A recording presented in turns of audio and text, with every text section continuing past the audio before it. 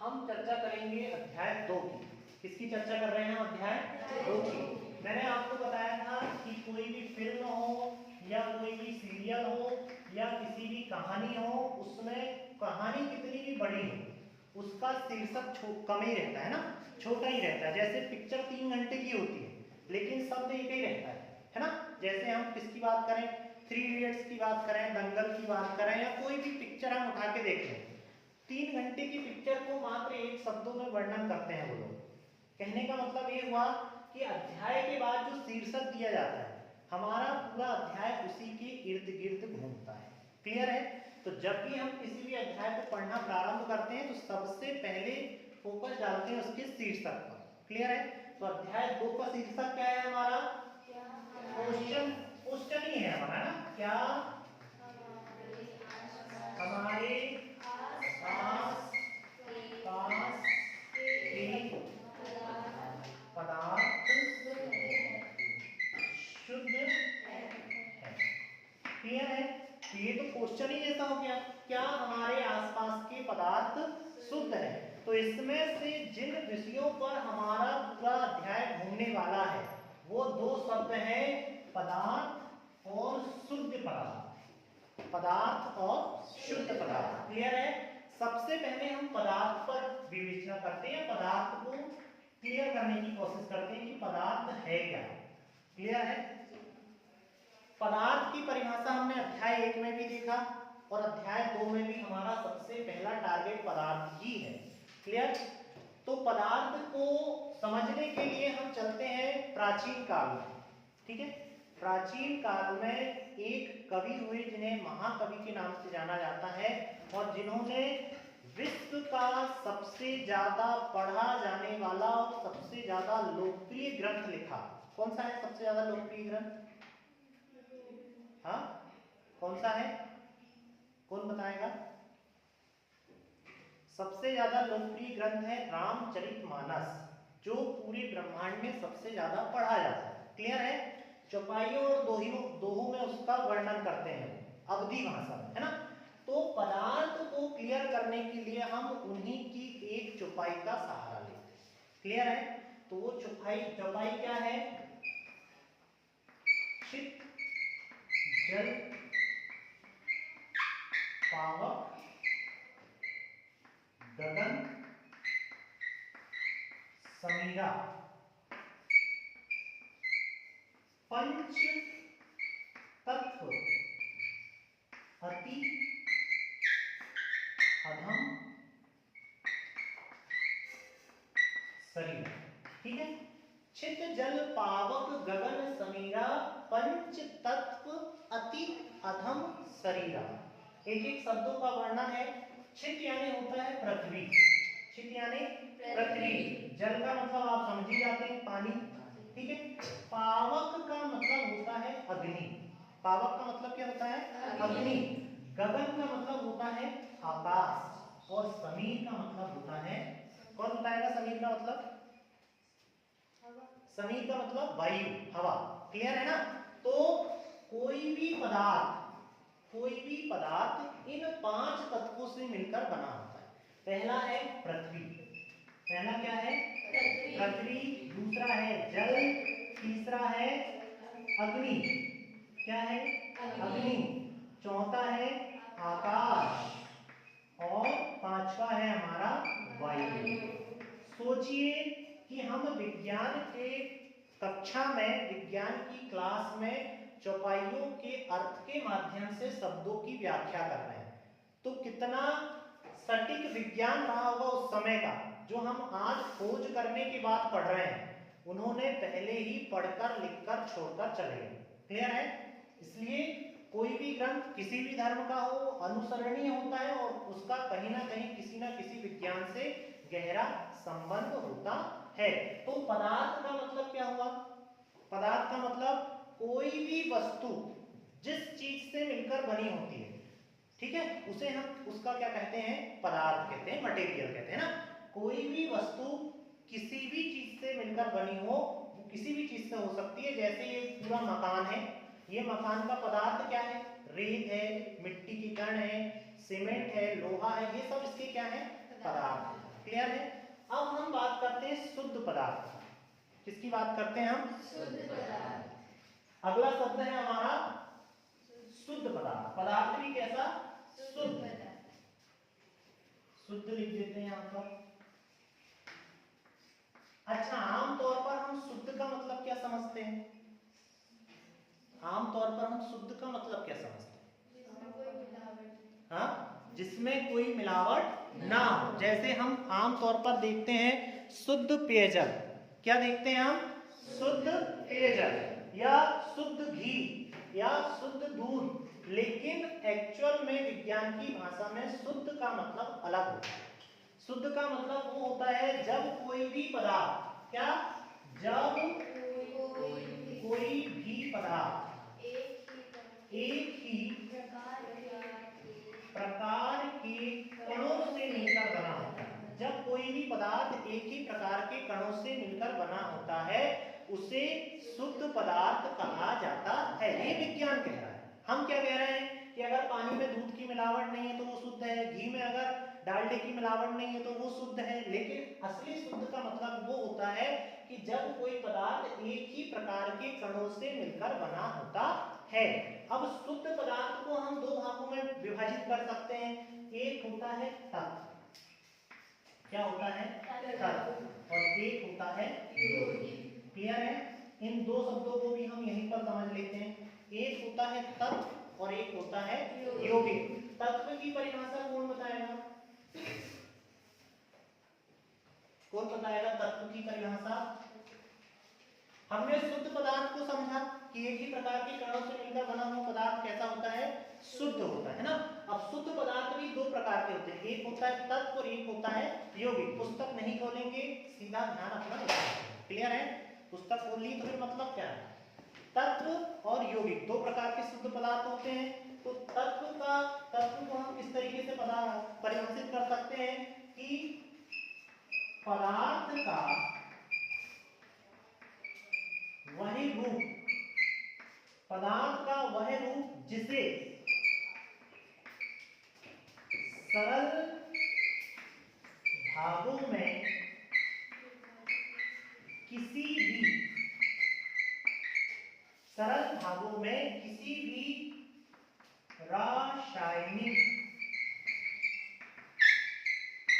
रासायनिक क्रिया द्वारा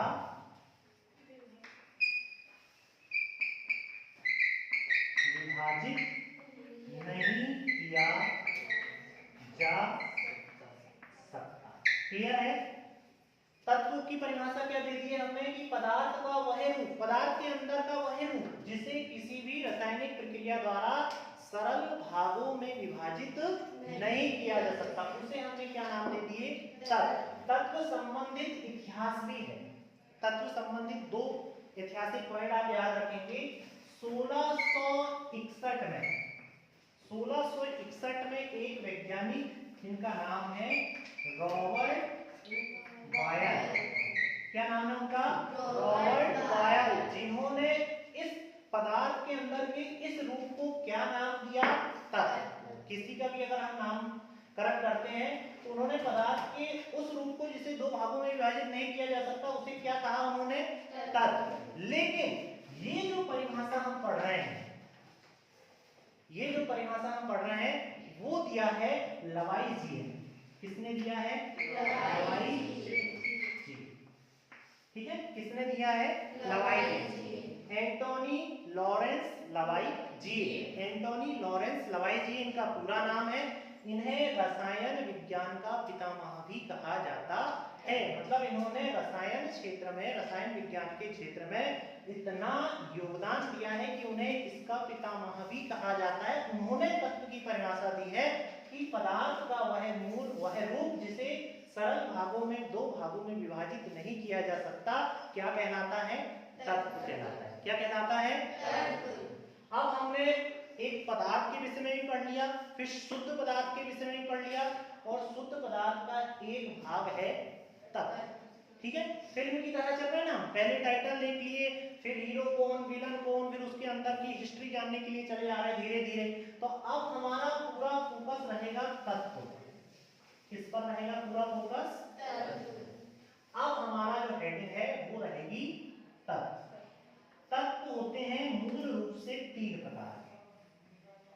धातु होते हैं मूल रूप से कितने प्रकार के? 3 प्रकार के। पहला है धातु, क्या है? धातु। दूसरा है आधातु, तीसरा है उपधातु। ठीक है, तीसरा क्या है? उपधातु। पहला है धातु, अधातु और उपधातु। क्लियर है? धातु के विषय में हम बहुत सारे गुण देख सकते हैं। धातु जैसे कि इनमें क्या कौन सा गुण होता है? सबसे पहला गुण आघात वर्ध। आघात वर्ध होती है। कैसी होती है? आघात वर्ध। आघात वर्ध मतलब, आघात वर्ध का मतलब क्या है? आघात वर्ध मतलब वो कैसे समझेंगे इसमें? जैसे अगर किसी का झगड़ा हो गया, क्लियर है, और किसी का झगड़ा होने के बाद एक आया और उसने एक हाथ मार दिया, ठीक है, दूसरा जो पिटा है उसने क्या और मार के दिखा, और मार, उसने एक और मार, अब मार लिया और मार के दिखा जा रहा है, वो देते ही जा रहा है और वो बोलते जा रहा है। बोलने का मतलब वो फैलते ही जा रहा है, जितना उसे पड़ रही है उतना वो फैलते ही जा रहा है। किसी भी चीज का फैलना और फैलकर चादर बन जाना क्या कहलाता है? आघात वर्ध। आघात वर्ध, ठीक है ना, आघात वर्ध। ठीक है, उसके बाद आते हैं तन्य की ओर। तन्य का मतलब क्या होगा? हाँ, जिसे खींचकर लंबा तार बनाया जा सकता है। क्लियर है? तो धातु का पहला महत्वपूर्ण गुण है कि यह आघात वर्ध होती है। दूसरा महत्वपूर्ण गुण है कि वो तन्य होती है। क्लियर है? उसके बाद हम बात करते हैं ताप और विद्युत की। ठीक है, ताप और विद्युत, ये दो चीजें होती हैं। ताप मतलब गर्माहट का जिसको एहसास होता है, और विद्युत मतलब करंट, जिससे आप परिचित भी हैं। नहीं है तो पकड़ के देख लेना, परिचित हो जाएंगे आप। क्लियर है? तो ये ताप और विद्युत के सुचालक होते हैं। सुचालक का मतलब क्या होगा? चालक का मतलब होता है चलना, किसी भी चीज पर चलना। मान लो अगर ये धातु की एक रॉड है, किसकी रॉड है? ये धातु की रॉड है, और अगर हम इसको यहां से गर्म करें, क्या करें? यहां से इसको गर्म करें, तो ये वाला कोना ऑटोमेटिक गर्म हो जाएगा। इसका मतलब कि यहाँ जो हमने ताप दिया वो चलकर कहाँ आ गया? यहाँ पर आ गया। मतलब ये सुचालक होता है। चलकर आना मतलब सुचालक, और चलकर नहीं आना मतलब कुचालक। तो ये ताप और विद्युत, अगर इसमें मैं करंट को यहाँ पर टच कराऊंगा तो करंट यहाँ से टच करके यहाँ पर आ जाएगा। क्लियर है ना? करंट यहाँ से टच करके यहाँ पर आ जाएगा। मतलब ये ताप और विद्युत का क्या होता है? चालक होता है, सुचालक होता है। ताप और विद्युत का क्या होता है? सुचालक होता है। इसमें पाई जाती है चमक। जब इस पर प्रकाश पड़ता है तो ये कैसा होने लगता है? चमकने लगता है। कैसा होने लगता है? चमकने लगता है। आमतौर पर ये होते हैं ठोस, अधिकांश तौर पर ये क्या होते हैं? ठोस। लेकिन एक धातु है जिसका नाम है पारा। जिसका नाम क्या है? पारा। कभी खसक जाता है ना पारा? खसकता क्यों है? क्योंकि वो द्रव्य होता है। क्लियर है? ठोस को खसकने में थोड़ा समय लगता है, पारा हमेशा खसक जाता है, इसलिए वो क्या हो गया? द्रव्य हो गया, है ना? तो पारा धातु होते हुए भी क्या है? द्रव्य है। इसलिए हमको इसको विशेष तौर पर याद रखना पड़ेगा, क्योंकि ये धातु होते हुए भी क्या है? द्रव्य है। तो चार महत्वपूर्ण पॉइंट हमने देख लिए इसका। ये आघात वर्ध होता है, मतलब इसकी चादर बनाई जा सकती है। तन्य होता है, मतलब इसकी तार बनाया जा सकता है। ताप और विद्युत का सुचालक होता है, मतलब इसमें ताप और विद्युत चल सकती हैं। और चमकीला होता है। क्लियर है? इसमें क्या पाई जाती है? चमक पाई जाती है। उसके बाद प्रतिध्वनि। क्या है? प्रतिध्वनि। प्रतिध्वनि का क्या मतलब हुआ कि जब भी इस पर हम कोई चीज को टकराएंगे, किसी भी चीज को हम अगर यहाँ पर टकराते हैं तो लौटकर आवाज वापस आएगी। क्या आएगी? लौटकर आवाज वापस आएगी। जिसको हम किस नाम से जानते हैं? प्रतिध्वनि के नाम से जानते हैं। किस नाम से जानते हैं जिसको हम? प्रतिध्वनि। तो इसके चारों पॉइंट जरा रिवाइज करो, क्या होता? पहला क्या है? जोर से बोलो यार। पहला, थोड़ी आवाज एक सी और सम आना चाहिए, थोड़ा लगना भी चाहिए। क्या होता? पहला पॉइंट क्या है इसका? धातु में आघात वर्धन का गुण पाया जाता है। किसका गुण पाया जाता है? आघात वर्धन। फिर कैसी होती है धातु?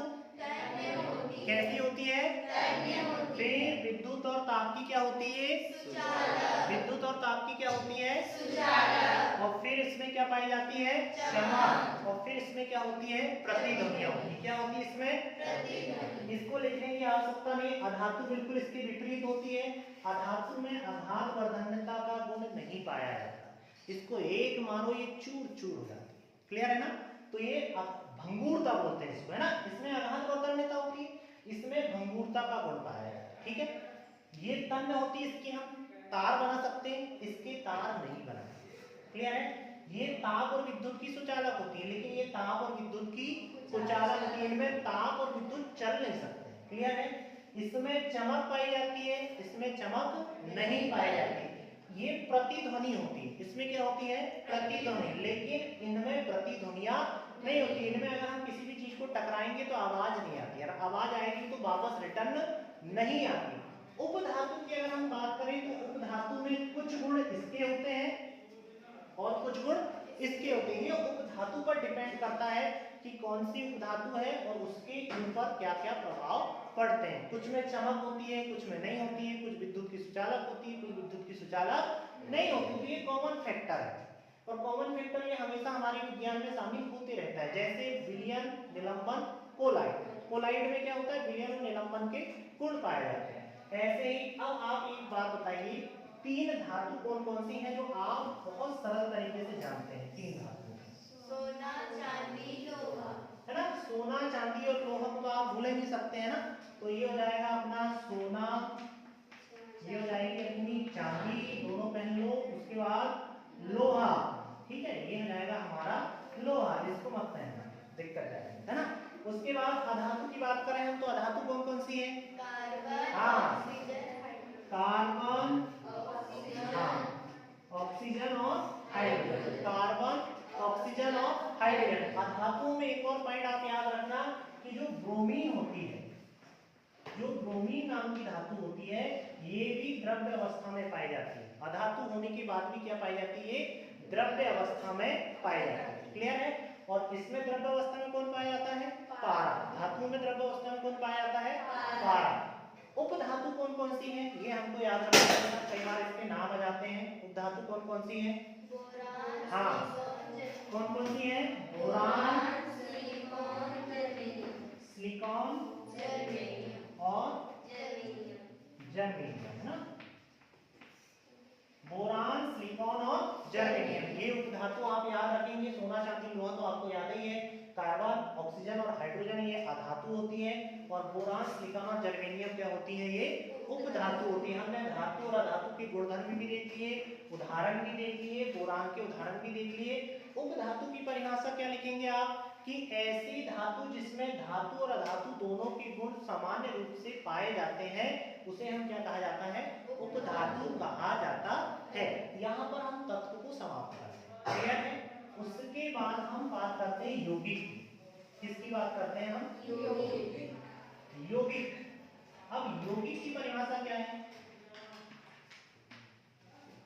यौगिक की परिभाषा क्या है? कि दो या दो से अधिक, दो या दो से अधिक तत्व या दो या दो से अधिक तत्व निश्चित अनुपात, किस अनुपात पे? निश्चित अनुपात में रासायनिक क्रिया के द्वारा, किसके द्वारा? रासायनिक क्रिया के द्वारा नए पदार्थ का निर्माण करते हैं, नए पदार्थ का निर्माण करते हैं, जिसे यौगिक के नाम से जाना जाता है। इसमें आपको सबसे ज्यादा ध्यान रखने वाले अगर कोई दो शब्द है तो वो है निश्चित अनुपात। क्या है? निश्चित अनुपात। अनिश्चित अनुपात यदि हो जाएगा तो यौगिक नहीं बन पाएगा। क्लियर है? जब निश्चित अनुपात होगा तभी यौगिक बनेगा, और जब यौगिक बनता है तो एक नया पदार्थ आपके बीच में शामिल होता है। क्लियर है? जैसे हम एक यौगिक का उदाहरण देखते हैं, NaCl। क्या है? NaCl। इसमें N का अनुपात, Na का अनुपात भी 1 है और Cl का अनुपात भी 1 है। Na का मतलब होता है सोडियम, और सोडियम एक तत्व है। क्या है? सोडियम एक तत्व है।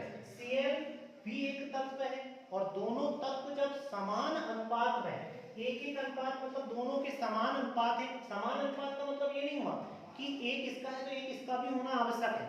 निश्चित अनुपात, ठीक है।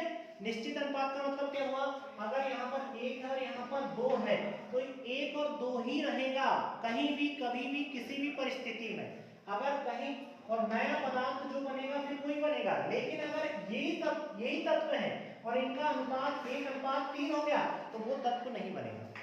क्लियर है। तो निश्चित अनुपात के बाद अगर कोई तत्व बन रहा है तो उसे हम क्या कहते हैं, यौगिक कहते हैं। यौगिक का उदाहरण हमारा NaCl, जिसको सोडियम क्लोराइड के नाम से जाना जाता है, और आम भाषा में इसे नमक कहा जाता है। क्या कहा जाता है आम भाषा में? नमक। क्लियर है। तो हमारा शुद्ध पदार्थ, यहाँ पर शुद्ध पदार्थ का एक जो टॉपिक है तत्व और यौगिक, यहाँ पर हो जाता है समाप्त। क्या हो जाता है यहाँ पर? समाप्त। अगला सबसे बड़ा टॉपिक और समझने लायक टॉपिक जो अध्याय में हमारे लिए बहुत इंपॉर्टेंट है वो है मिश्रण। क्या है? मिश्रण। क्या है भैया? मिश्रण। सबसे पहले तो मिश्रण की परिभाषा बताइए। जब 2 या 2 से अधिक तत्व अनिश्चित मात्रा में मिलते हैं हाँ। तो मिश्रण। जब 2 या 2 से अधिक तत्व अनिश्चित मात्रा में मिलते हैं तो उसे हम क्या कहते हैं? मिश्रण कहते हैं। क्या कहते हैं उसे हम? मिश्रण। 2 या 2 से अधिक तत्व, जब 2 या 2 से अधिक तत्व अनिश्चित मात्रा में अगर मिल रहा है, हमने निश्चित मात्रा में पढ़े, निश्चित मात्रा में बन रहा है यौगिक और अनिश्चित मात्रा में बनता है मिश्रण। मिश्रण भी 2 प्रकार के होते हैं। मिश्रण भी कितने प्रकार के होते हैं? 2 प्रकार के। एक होता है समांगी मिश्रण और एक होता है विषमांगी मिश्रण, है ना। ये तो घुलने के अनुसार, और दूसरे प्रकार भी हम पढ़ेंगे, है ना। समांगी मिश्रण और विषमांगी मिश्रण। समांगी मिश्रण का मतलब क्या हुआ? ऐसा मिश्रण जिसमें पूर्ण रूप से विलय और विलायक घुल जाते हैं, हमको दिखाई नहीं देते कि ये विलायक है और ये विलय है। जैसे नींबू पानी का घोल क्या है? एक प्रकार का समांगी मिश्रण है। लेकिन पानी और कीचल का घोल, या कीचल हम जिसको कहेंगे, वो क्या है? एक प्रकार का विषमांगी, जिसमें द्रव्य क्या होता है? परिक्षिप्त होता है। छिपा हुआ तो दिखाई देता है लेकिन वो रियल में छिपा हुआ नहीं होता। थोड़े टाइम बाद उसको अगर हम रखेंगे तो वो अलग अलग दिखाई देगा, एक स्तर दिखाई देगा, विलय का स्तर अलग और विलायक का स्तर अलग। तो ऐसे विलयन को हम क्या कहेंगे? ऐसे घोल को हम, या ऐसे मिश्रण को हम क्या कहेंगे? विषमांगी। और ऐसे मिश्रण को जिसमें हमको विलय और विलायक में फर्क नजर नहीं आता हो, जिसका स्वाद एक सा हो। जैसे अगर हम उसको पीते हैं तो हम ये नहीं बता सकते कि इसमें विलय कौन सा है और विलायक कौन सा है, तो वो कौन सा कहलाएगा? समांगी। ये क्लियर है आपको। अब हम मिश्रण के जो मूल प्रकार हैं, जो बहुत विस्तार पूर्वक हमारे टॉपिक में दिया हुआ है, उनके विषय में चर्चा करते हैं। तो मिश्रण के प्रकार हैं 3। कितने प्रकार हैं मिश्रण के? 3। सबसे पहला है विलयन। Very good. क्या है? विलयन। फिर क्या है? निलंबन। फिर क्या है? निलंबन, है ना। और फिर क्या है? Very good. क्या है? कोलाइड।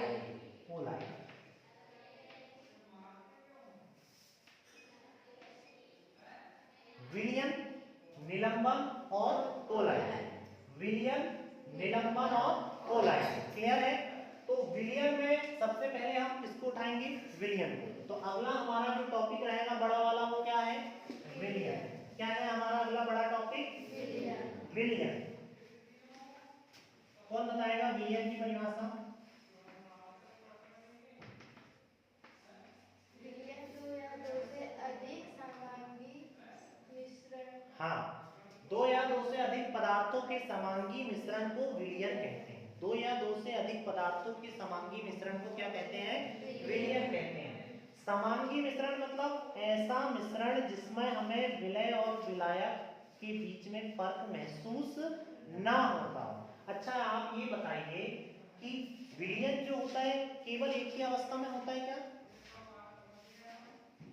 अवस्था 3 होती है। कौन कौन सी होती है? एक होती है ठोस, एक होती है द्रव और एक होती है गैस। तो क्या विलयन सिर्फ द्रव अवस्था में होता है क्या? जब हम विलयन के विषय में चर्चा करते हैं तो सिर्फ हमें द्रव का ही ध्यान आता है, या हम आमतौर पर द्रव का ही अनुमान लगाते हैं कि विलयन केवल द्रव्य में ही होता होगा, बाकी किसी में विलयन नहीं होता। विलयन का मतलब मिल जाना, और ऐसा मिल जाना कि एक दूसरे में फर्क महसूस ही ना हो, लगे ना कि इसमें दो चीजें हैं या दो चीजें आपस में आकर मिली हुई है, इतना ज्यादा घुल मिल जाना। क्लियर है? जैसे आप दो दोस्तों के बीच में घुल मिल जाते हो ना, तो उसको क्या कहते हैं हम? विलयन कहते हैं ना। फिर पृथक्करण की अलग विधि होती है, फिर अलग अलग होते हैं आप लोग। तो मेरा कहने का मतलब ये है, विलयन सिर्फ द्रव्य में होता है क्या? हाँ कि ना? हाँ हाँ कि ना? विलयन ठोस में भी होता है, द्रव्य में भी होता है और गैस में भी होता है। मतलब विलयन का मतलब ऐसा मिश्रण जिसमें विलय और विलायक पूर्ण रूप से घुल जाए। और मैं बार बार विलय और विलायक की बात कर रहा हूं, तो विलय और विलायक को भी पहले परिभाषित कर देता हूं ना। विलय का मतलब क्या हुआ और विलायक का मतलब क्या है? विलयन में जिसकी मात्रा कम, विलयन में जिसकी मात्रा क्या हो? कम, वो क्या कहलाएगा? विलय। विलयन में जिसकी मात्रा कम हो वो क्या कहलाएगा? विलय। और विलयन में जिसकी मात्रा अधिक हो, घोल में जिसकी मात्रा अधिक हो, उसको हम क्या कहते हैं? विलायक कहते हैं। जैसे अगर मैं नींबू पानी का घोल बनाऊं या विलयन बनाऊं, तो उसमें पानी होगा विलायक और नींबू की बूंदें होंगी विलय। समझ में आ रही बात? चलिए अब हम विलयन पर आते हैं। विलयन में तीनों अवस्थाओं में विलयन पाए जाते हैं। सबसे पहले ठोस अवस्था। क्या आप कोई ऐसी वस्तु को जानते हैं जो मिली तो दो धातुओं से मिलकर बनी होती है, लेकिन उसे देखकर हम फर्क ही महसूस नहीं कर पाते कि ये दो धातुओं से मिलकर बनी है कि एक धातु से मिलकर बनी है? कुछ ध्यान में आ रहा है क्या? पुराने समय में जो शादियां होती थी उसमें ढेर सारे बर्तन दिए जाते थे। क्लियर है? काय काय के बर्तन दिए जाते थे? कौन कौन सी धातु के? कांसा और तांबा। तांबा के बर्तन दिए जाते। हाँ, और पीतल। पीतल की गुंडी देखे आप लोगों ने? पीतल है ना। पीतल एक मिश्र धातु है।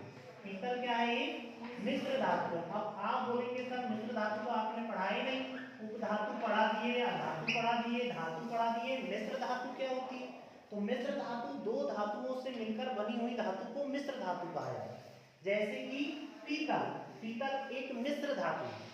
अब पीतल में जो दो धातुएं हैं जिनसे मिलकर पीतल बना होता है, वो क्या है? वो है तांबा और जिंक। तांबा प्लस जिंक, जिसको कॉपर भी बोलते हैं। जिंक को क्या बोला जाता है? कॉपर। तांबे को कॉपर बोला जाता है। तांबे को क्या बोला जाता है? कॉपर बोला जाता है ना। अच्छा, इसका प्रतिशत होता है 70 और इसका प्रतिशत होता है 30। तो इसमें बताइए जिंक क्या है? विलय है कि विलायक है? विलय है। और तांबा क्या है? विलायक। विलायक है ना। अच्छा, अगर मुझे एक चीज ये याद रखना है कि तांबा किन किन दो चीजों से मिलकर बना होता है, तो इसकी ट्रिक क्या याद रखेंगे हम? इसकी ट्रिक है पिताजी। क्या है? बोलते हैं हम पिताजी करके घर पे। क्या बोलते हैं हम? पिताजी करके बोलते हैं घर पे। पिताजी से पी से पीतल, ता से तांबा और जी से जिंक। याद रहेगा? पिताजी से पी से पीतल, ता से तांबा और जी से जिंक। क्लियर है? तो ठोस में भी विलयन पाए जाते हैं और विलयन, ठोस विलयन में मिश्र धातु होती है। मिश्र धातु में सबसे पहला उदाहरण हम पीतल का। आपको किसी भी कॉम्पिटिटिव एग्जाम में ये क्वेश्चन आ सकता है कि पीतल किन दो धातुओं से मिलकर बनी होती है, या ये क्वेश्चन आ सकता है कि पीतल में तांबे का प्रतिशत कितना होता है, या पीतल में जिंक का प्रतिशत कितना होता है। ये क्वेश्चन बड़े बड़े पेपरों में आते हैं। क्लियर है? अब गैस की बात करें हम, तो गैस में होती है हमारी वायु। गैस में क्या होती है? वायु। वायु मतलब होती है हवा। हवा में कार्बन डाइऑक्साइड भी पाई जाती है, ऑक्सीजन भी पाई जाती है, नाइट्रोजन भी पाई जाती है, बहुत हीलियम भी पाई जाती है, लिथियम भी पाई जाती है। बहुत प्रकार की हवाओं का मिश्रण होता है वायु। क्लियर है?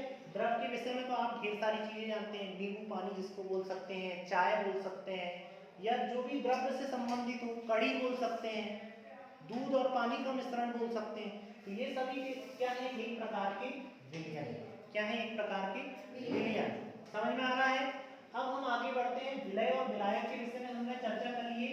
अब हम बात करते हैं विलयन की सांद्रता। किसकी? विलयन की सांद्रता। किसकी बात करते हैं? विलयन की सांद्रता। तो विलयन की सांद्रता की परिभाषा कौन बताएगा? बताओ। विलायक की मात्रा हाँ बोलो बोलो। विलायक की मात्रा द्रव्यमान अथवा आयतन में घुले हुए विलय पदार्थ की सांद्रता को विलयन। हाँ, शॉर्ट फॉर्म में आप बोल सकते हैं कि विलय पदार्थ की सांद्रता को हम, विलय पदार्थ की मात्रा को हम क्या बोल सकते हैं? सांद्रता बोलते हैं। क्लियर है? अब विलयन दो प्रकार के होते हैं। विलयन कैसे होते हैं? दो प्रकार के। एक होता है तनु और एक होता है साम। एक होता है तनु और एक होता है साम। मैंने कई बार आपको विज्ञान में ये शब्द सुनने को आएगा, तनु H2, तनु सल्फ्यूरिक अम्ल, है ना, H2SO2, तनु सांद्र सल्फ्यूरिक अम्ल या सांद्र सल्फ्यूरिक अम्ल। इस टाइप से विलयन को दो भागों में बोला जाता है। तनु का मतलब होता है जिसमें विलय की मात्रा क्या हो? विलय की मात्रा क्या हो? कम हो। विलय की मात्रा का कम है तो वो विलयन क्या कहलाएगा? तनु। क्या कहलाएगा? तनु। और अगर विलय की मात्रा अधिक है तो वो क्या कहलाएगा? साम। विलय की मात्रा कम है तो तनु और विलय की मात्रा अधिक है तो साम। लेकिन ना ही कम है ना ही ज्यादा है तो वो विलयन कैसा विलयन कहलाएगा? कैसा विलयन कहलाएगा? कैसा कहलाएगा? ऐसा कहलाएगा। क्या कहलाएगा वो? संतृप्त। क्या कहलाएगा? संतृप्त विलयन। क्या कहलाएगा? अब संतृप्त शब्द से जोड़ते हुए हम विलयन को परिभाषित करते हैं। तो विलयन संतृप्त शब्द से जोड़ते हुए विलयन के कितने प्रकार होते हैं? तीन। कौन कौन से? पहला तो संतृप्त। कैसा है? संतृप्त विलयन। पहला विलयन हो गया संतृप्त विलयन। दूसरा विलयन हो गया असंतृप्त विलयन। कौन सा विलयन? असंतृप्त। और तीसरा हो गया अति संतृप्त। क्या हो गया? अति संतृप्त। अब देखना इसमें अंतर, बहुत मामूली से अंतर है इसमें। संतृप्त, असंतृप्त और अति संतृप्त। मान लो आपको बहुत ज्यादा भूख लगी और भूख लगी आपको 4 रोटी और आपको केवल मिली 2 रोटी, मतलब आप 2 रोटी से भूखे रह गए, है ना। ऐसे ही क्या होता है कि विलय और विलायक, जितना विलय होगा उस हिसाब से उसमें विलायक घुलना होगा। क्लियर है? मान लो किसी विलयन में 5 लीटर विलायक है तो उसमें 2 लीटर विलय की मात्रा जब हम घोलेंगे तब ये जाके घोल जैसा लगेगा। क्लियर है? अगर हम इसमें केवल 1 लीटर घोलेंगे तो वो घोल उतना अच्छा नहीं बन पाएगा, और 2 लीटर की जगह अगर 3 लीटर कर दिए तो भी वो घोल उस तरीके से नहीं बन पाएगा। इसी प्रकार से इन तीनों भागों में इसको डिवाइड किया गया। क्लियर है? जब विलायक में विलय पदार्थ की मात्रा, जब विलायक में विलय पदार्थ की मात्रा बराबर हो, जितना उसको चाहिए उतना अगर उसको मिल गया तो वो कौन सा विलयन कहलाएगा? संतृप्त विलयन। क्लियर है? और अगर जितना उसको चाहिए उतना उसको नहीं मिला तो वो क्या कहलाएगा? असंतृप्त। और जितना उसको चाहिए उससे ज्यादा मिल गया तो वो क्या कहलाएगा? अति संतृप्त। क्या कहलाएगा? कई बार होता है ना कि आदमी 1 रोटी मांगता है, आप लोग 2-3 रख के जाते हैं। होता है क्या ऐसा? करते हैं आप लोग? करते हैं आप लोग, है ना? ऐसा नहीं करना चाहिए, अति संतृप्त हो जाता है ना, ज्यादा संतृप्त हो जाएगा। कई बार ऐसा होता है कि गुस्सा होते हैं अपन लोग तो 2 रोटी मांगता है, एक लेके आ जाते हैं। अब एक खाए एक और उतने खा के फिर चले जाओ, है तो वो क्या हो जाएगा? असंतृप्त। उसको, उसकी भूख जो है वो शांत नहीं। संतृप्त को आप संतुष्ट से समझें, जितनी उसकी आवश्यकता उसको अगर उतना मिल गया तो वो संतृप्त, अगर नहीं मिला तो असंतृप्त, और आवश्यकता से अधिक मिल गया तो अति संतृप्त। समझ में आ रहा है? चलिए अब हम विलयन से, अब विलयन का एक महत्वपूर्ण पॉइंट भूल गए हम, उसकी गुण जो आपको भली भांति याद है। पहला गुण क्या है विलयन का? विलयन एक समांगी मिश्रण है। कैसा होता है ये? समांगी। समांगी मिश्रण होता है। कैसा विलयन होता है? समांगी। दूसरा पॉइंट क्या है? विलयन के कण आंखों से दिखाई नहीं देते हैं। हाँ, ये आंखों से दिखाई नहीं देते हैं, आंखों से दिखाई नहीं देते हैं। तीसरा पॉइंट क्या है? विलयन में प्रकाश का मार्ग दिखाई नहीं देता है। इसमें प्रकाश का जो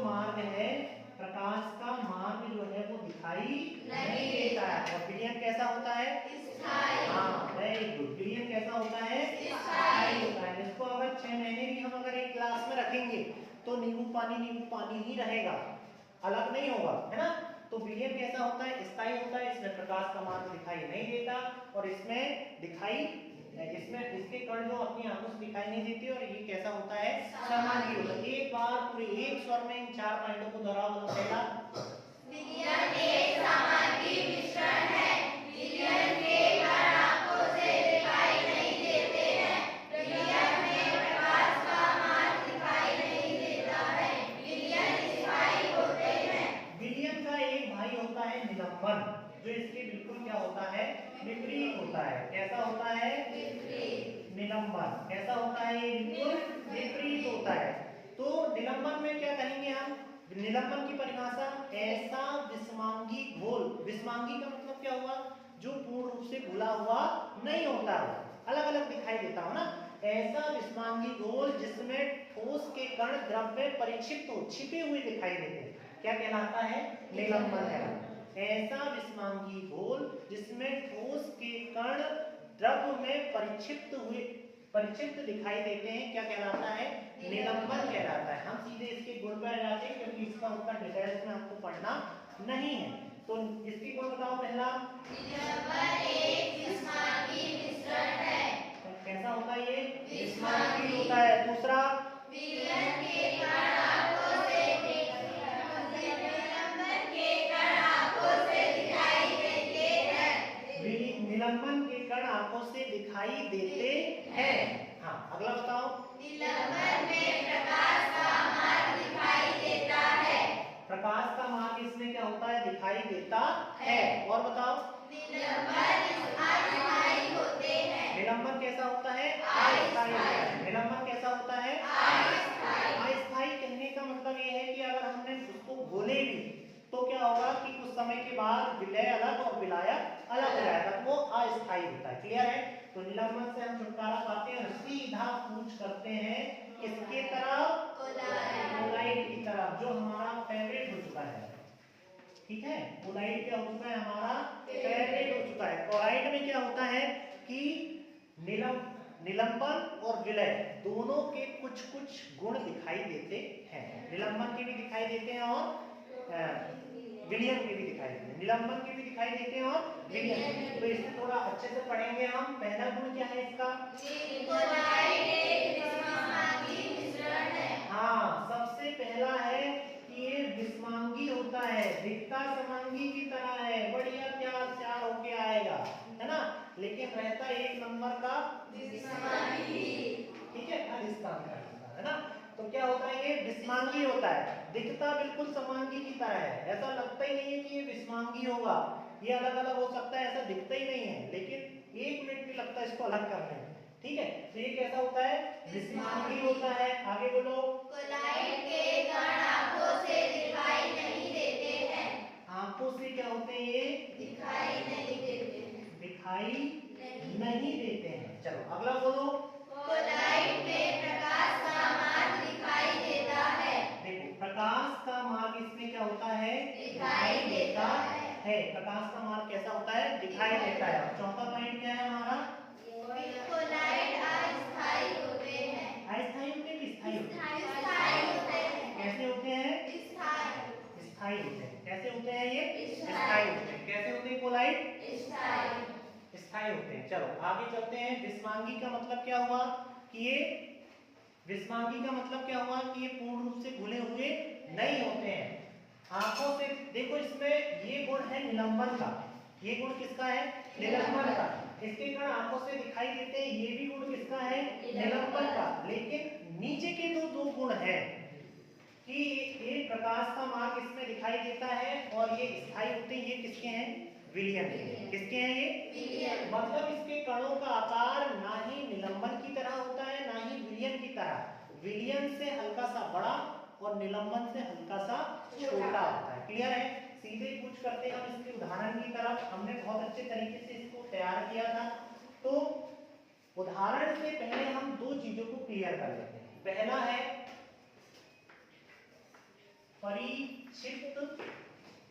परिक्षिप्त प्रवस्था क्या है? परिक्षिप्त प्रवस्था। और एक है परिक्षेपण माध्यम। क्या है? परिक्षेपण माध्यम। परिक्षिप्त प्रवस्था और परिक्षेपण माध्यम। परिक्षिप्त प्रवस्था और परिक्षेपण माध्यम। माध्यम का मतलब क्या है? इसको हम अगर विलयन में देखें तो विलयन में इसको कहेंगे हम विलायक। विलयन में इसको क्या कहेंगे हम? विलायक। और इसको कहेंगे विलय।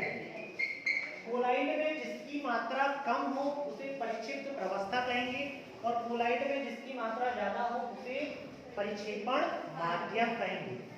जिसकी मात्रा कम हो उसे परिक्षिप्त प्रवस्था, और जिसकी मात्रा ज्यादा हो उसे परिक्षेपण माध्यम। अब सीधे उदाहरण की ओर ले चलते हैं जो अक्सर प्रतियोगी परीक्षाओं में पूछा जाता है। हम सबसे पहले बात करते हैं परिक्षेपण माध्यम। चलिए, माध्यम हमने सबसे पहले ठोस को ले लिया। अब ठोस में आकर यदि गैस मिलती है तो क्या बनता है? ठोस में आकर द्रव्य मिलता है तो क्या बनता है? और ठोस में आकर ठोस मिलती है तो क्या बनता है? ये हम देखते हैं। क्लियर है? अगर ठोस में आकर ठोस मिले तो क्या बनेगा? रंगीन पत्थर दुधिया कांच। अगर ठोस में आकर द्रव्य मिले तो क्या बनेगा?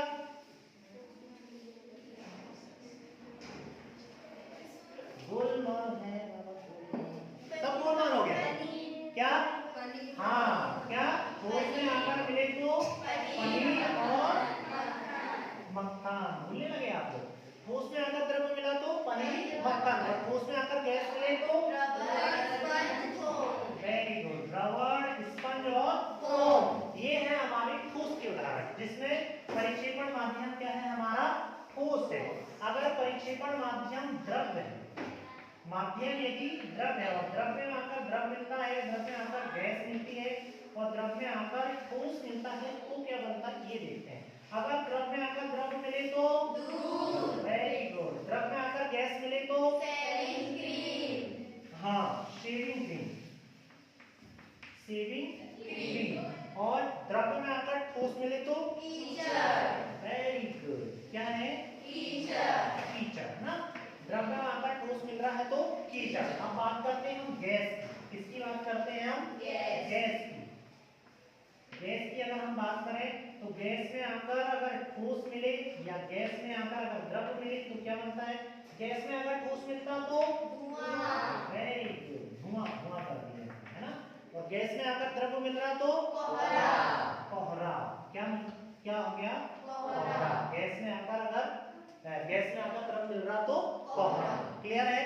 तो ये हमारा कोलाइड था। कोलाइड में हमने परिक्षेपण माध्यम, परिक्षेप्त प्रवस्था, उसके उदाहरण, उसकी परिभाषा, ये सारी चीजें हमने कोलाइड में देख लिया। अब हम सीधे कूच करते हैं भौतिक परिवर्तन और रासायनिक परिवर्तन पर, जो हमारे टॉपिक का अगला और अंतिम है। उससे पहले हम देखते हैं जो हमारा एक छूट गया था, विलयन की सांद्रता। विलयन की सांद्रता को कैसे ज्ञात करते हैं? अगर कोई क्वेश्चन आंसर फॉर्मेट में अगर इससे सवाल पूछता है तो विलयन की सांद्रता कैसे ज्ञात करते हैं? तो विलयन की सांद्रता ज्ञात करने के लिए हमें विलयन के द्रव्यमान का प्रतिशत ज्ञात होना चाहिए। वही विलयन की क्या होती है? सांद्रता होती है ना। तो हम बात करते हैं विलयन के द्रव्यमान प्रतिशत। विलयन का द्रव्यमान प्रतिशत क्या सूत्र है इसका? किसी को पता है क्या? नहीं पता? विलय का द्रव्यमान बटे विलयन का द्रव्यमान गुणित 100। क्लियर है? ये है विलयन के द्रव्यमान प्रतिशत को ज्ञात करने का सूत्र। एक सवाल हम उठाते हैं कि यदि किसी विलयन में विलय कितना हो? 320 ग्राम पानी हो। यदि किसी विलयन में 320 ग्राम पानी हो, मतलब वो क्या है? विलायक है। 320 ग्राम क्या है? विलायक है। और उसमें 40 ग्राम नमक घोला गया हो। क्या घोला गया हो उसमें? 40 ग्राम नमक। तो विलयन की सांद्रता ज्ञात करें। तो हमें क्या दिया गया है, हमें दिया गया है कि 320 ग्राम पानी है, मतलब ये क्या है, विलायक है। क्या है ये, विलायक है। 320 ग्राम विलायक है और जो 40 ग्राम है वो क्या है, विलय है। क्या है ये, विलय। और हमें विलयन का द्रव्यमान ज्ञात करना है। विलयन का मतलब क्या हुआ, जिसमें विलय और विलायक दोनों मिले हुए हो उसको हम विलयन कहते हैं। तो अगर मुझे विलयन का द्रव्यमान ज्ञात करना है तो मैं क्या करूंगा, विलय और विलायक को जोड़ दूंगा। क्लियर है ना। अरे विलय और विलायक, ये मान लो हमारा विलयन है, ये क्या है, मान लो हमारा विलयन है, तो बड़े वाले हिस्से को हमने विलायक बोल दिया और छोटे वाले हिस्से को हमने विलय बोल दिया। और अगर मुझे विलयन बोलना है तो इन दोनों को जोड़ना नहीं पड़ेगा, जोड़ना पड़ेगा ना। तो हमने विलय और विलायक दोनों को जोड़ दिया, तो हमें किसका द्रव्यमान ज्ञात हो गया, विलयन का द्रव्यमान। विलयन का द्रव्यमान बराबर विलायक का द्रव्यमान प्लस विलय का द्रव्यमान। 320 प्लस 40 बराबर 360 ना। ये 360 ग्राम क्या है, ये विलयन का द्रव्यमान है। क्या है, ये विलयन का द्रव्यमान, ना कि विलयन का द्रव्यमान प्रतिशत है। ये किसका द्रव्यमान है, विलयन का द्रव्यमान। अब यहाँ पर तो देखो क्या लिखा है, विलय का द्रव्यमान। विलय का द्रव्यमान कितना है, 40। Very good. विलय का द्रव्यमान कितना है, 40। और विलयन का द्रव्यमान कितना है, वेरी गुड, कितना है, 360 गुणित 100, जोड़ेंगे घटाएंगे तो 1.1 आ जाएगा, जो विलयन का द्रव्यमान प्रतिशत यानी विलयन की सांद्रता होती है। अगर कोई सवाल इस तरीके का आता है तो आप इस तरीके से उसे हल करेंगे। अब सीधे हम चलते हैं भौतिक परिवर्तन पर और रासायनिक परिवर्तन पर। क्लियर है। एक लंबे समय से हमारी कक्षा चालू है, ठीक है, लंबे समय से क्या है, हमारी कक्षा चल रही है, लगभग आधा घंटे से ऊपर की चल रही है ना। तो हर चेहरे में मुझे थकावट, हताश, निराश, मायूसी और क्या कहते हैं उसको, आलस्य नजर आ रही है। लेकिन जैसे ही मैं इस कक्षा को छोड़ूंगा तो 360 की स्पीड पर जब आप इस गेट से बाहर जाएंगे तो उन्हें आपके चेहरे में उत्साह, उमंग, जोश और क्या कहते हैं उत्सुकता नजर आएगी। तो ये कौन सा परिवर्तन है, कौन सा परिवर्तन हुआ, भौतिक की रासायनिक, हाँ, कौन सा परिवर्तन हुआ, भौतिक परिवर्तन का मतलब ये हुआ कि आपके भौतिक गुणों में परिवर्तन होता है, रासायनिक गुणों में आपके कोई परिवर्तन नहीं होता। अगर मैं 1 घंटे भी और आपको पढ़ाऊंगा तो आपका वजन 35 से घट के 25 नहीं हो जाएगा, ना ही 25 से घट के 35 बढ़ के 35 हो जाएगा। मतलब आपके वजन में, शरीर में कहीं से कहीं तक कोई फर्क नहीं हो रहा है, सिर्फ आपके हाव भाव बदल रहे हैं। मतलब ये परिवर्तन कौन सा परिवर्तन है, भौतिक परिवर्तन, जिसमें आपके भौतिक गुणों में परिवर्तन होता है। और भौतिक गुण का मतलब क्या होता है, वे गुण जो हमको छूकर, सुनकर या स्पर्श कर कर प्रदर्शित होते हैं। जैसे ये ब्लैक बोर्ड कड़ा है, ये पेपर देख लिया मैंने कि ये कड़ा है, और अगर ये ऐसा अंदर चला जाता हाथ हमारा तो ये क्या हो जाता, मुलायम हो जाता। मतलब ये कौन सा गुण है, भौतिक गुण। कौन सा गुण है, भौतिक। लेकिन ये ब्लैक बोर्ड जिस चीज से मिलकर बना होता है वो उसका रासायनिक गुण है, ठीक है, उसके रासायनिक संगठन में कोई छेड़छाड़ नहीं हो रही। तो ऐसे परिवर्तन जिसमें केवल भौतिक गुणों में ही परिवर्तन होते हैं, रासायनिक गुणों में कोई परिवर्तन नहीं होता है, कौन सा परिवर्तन कहलाता है, भौतिक परिवर्तन। और ऐसे गुण जिनमें भौतिक गुणों के साथ साथ रासायनिक गुणों में भी परिवर्तन हो जाते हैं, वो कौन से कहलाता है, वो कौन सा परिवर्तन कहलाता है, रासायनिक परिवर्तन। कौन सा परिवर्तन कहलाता है, रासायनिक। ऐसा परिवर्तन जिसमें पदार्थ के भौतिक गुण के साथ साथ उसके रासायनिक गुणधर्मों में भी परिवर्तन हो जाता है, उसे हम रासायनिक परिवर्तन कहते हैं। और ऐसा परिवर्तन जिसमें केवल भौतिक गुणों में परिवर्तन होता हो उसे क्या कहेंगे, भौतिक परिवर्तन। क्या कहेंगे, जैसे जल बना होता है H2O से, हाइड्रोजन और ऑक्सीजन के मिलने से बना होता है, लेकिन जब ये बर्फ बन जाता है और पुनः जल बन जाता है तो ना ही वो बर्फ बनने के बाद हाइड्रोजन और ऑक्सीजन उससे कहीं जा रही है, नहीं पुनः जल बनने के बाद हाइड्रोजन ऑक्सीजन उसकी कहीं जा रही है, मतलब उसके आंतरिक गुणों में कोई परिवर्तन नहीं हो रहा है, केवल भौतिक एवं रासायनिक गुणों में परिवर्तन हो रहा है। इसलिए उसको क्या कहते हैं हम, इसलिए उसको क्या कहते हैं, भौतिक परिवर्तन कहते हैं ना। लेकिन अगर मैं एक बार दूध से दही बना दूं तो क्या वो दोबारा दूध बन पाएगा क्या? तो कौन सा परिवर्तन होगा? रासायनिक। यदि मैं आदमी को छोड़कर किसी अन्य चीज को जला दूं, आदमी जलता है कि नहीं? जलता है ना। जैसे आपने नई कार ले ली है, उसके सामने से गुजरे, पूरा जल जाता है ठीक है। लेकिन थोड़े टाइम बाद बेकार की कमाई का खरीदा है इसलिए खरीदा है, अपने आप को वो संतुष्ट कर देता है, फिर सामान्य हो जाता है। तो वो परिवर्तन कौन सा परिवर्तन कहलाता है? हाँ, पहले जला फिर यथास्थिति में आ गया, तो वो परिवर्तन सामान्य कर। लेकिन हम किसी भी वस्तु को जलाएंगे तो वो परिवर्तन कौन सा परिवर्तन कहलाएगा? रासायनिक। किसी भी चीज का जलना क्या कहलाता है? रासायनिक परिवर्तन कहलाता है ना। आप लोग भली भांति समझ गए होंगे। हमने पूरे टॉपिक को क्रमबद्ध तरीके से टॉपिक वाइज यहाँ पर क्लियर किया है ना। तो आप जब भी कभी भी अगर पढ़ना चाहेंगे तो आप पढ़ सकते हैं। क्लियर है? चलिए।